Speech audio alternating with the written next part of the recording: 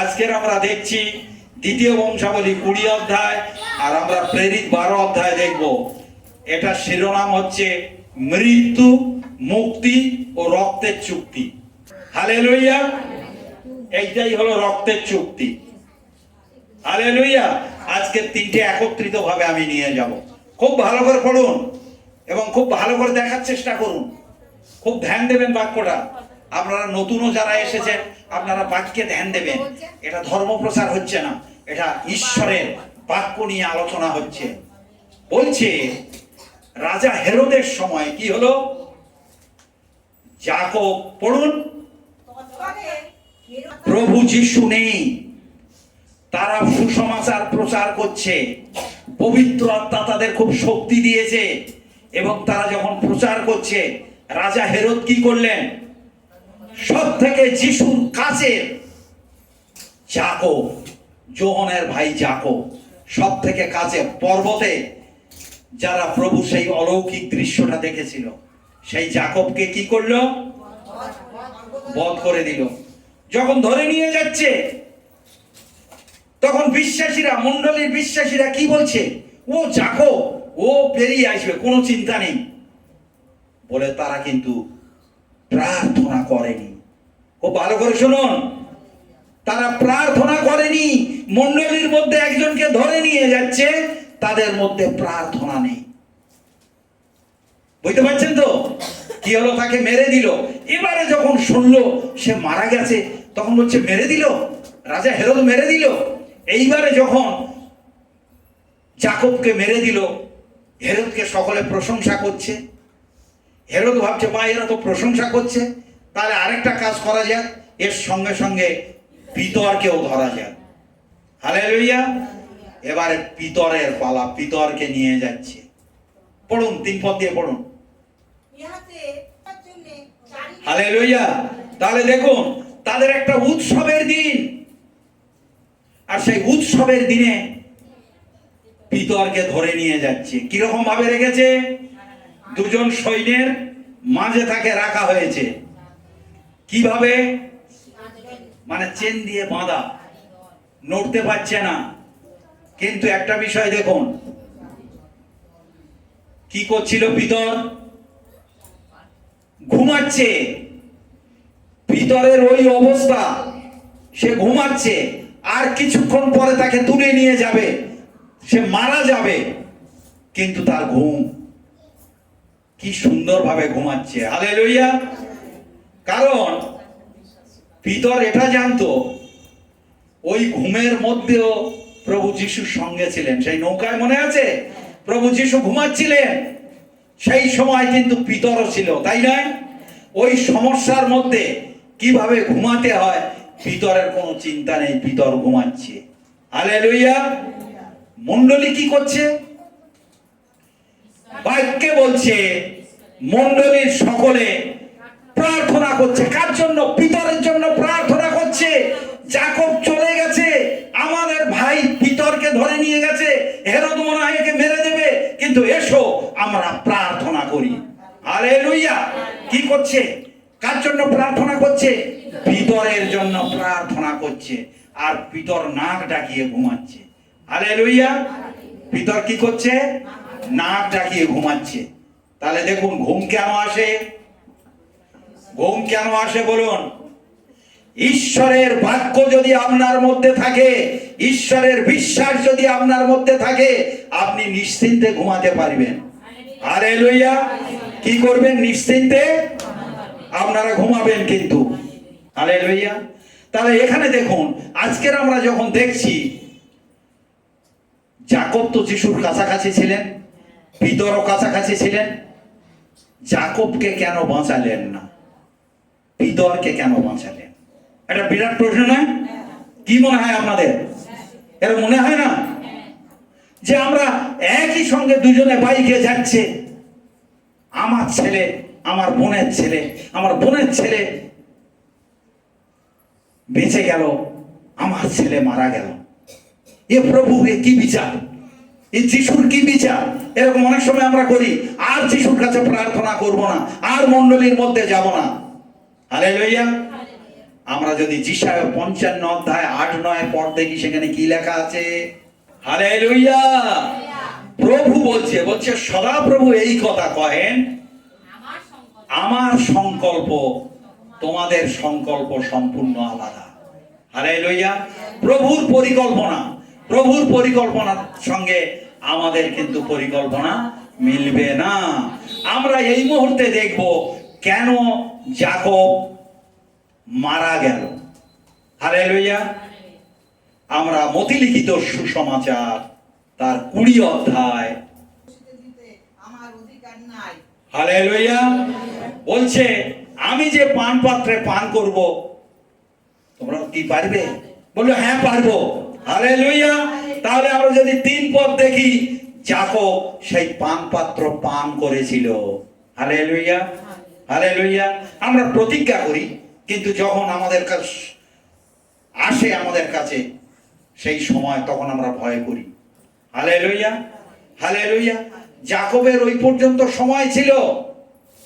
Hallelujah. কিন্তু পিতরকে কেন বাঁচালো? কোথায় পাবো এই রহস্যটা? যোহন 21 অধ্যায়। হালেলুয়া। বলুন জয় যিশুর জয়, জয় পিতার জয়, জয় পবিত্র আত্মার জয়। যোহন 21 অধ্যায় 18।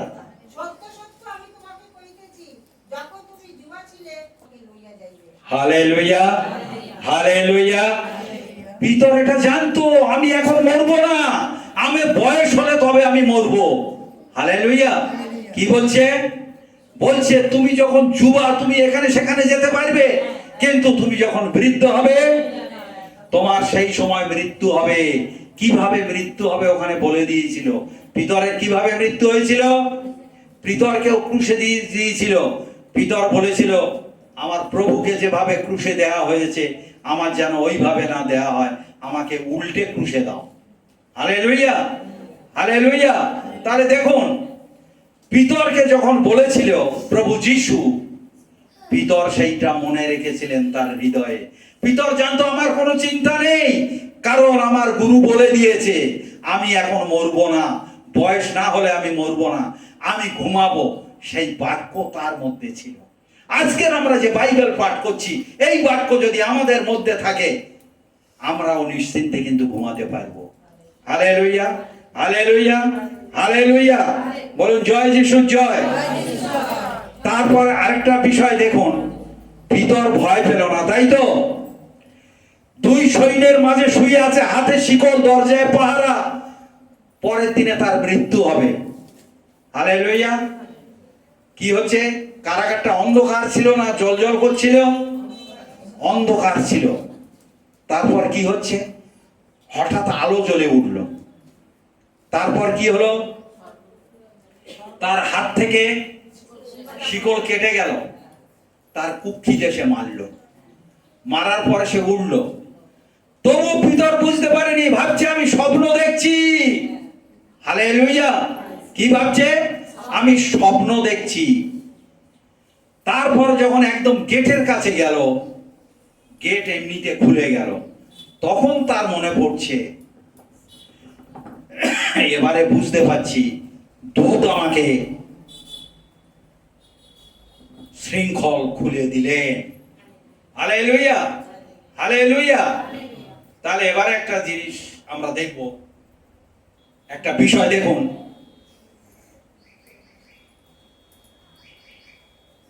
কত আনন্দের বিষয় নয়? হ্যাঁ, শুধু বাক্যে বিশ্বাস করলো আমি এখন মরবো না। আর একটা কি? মণ্ডলী প্রার্থনা। মণ্ডলীর প্রার্থনা আর আপনার বিশ্বাস সেই বিপদ থেকে রক্ষা করে দিয়েছে। হালেলুয়া।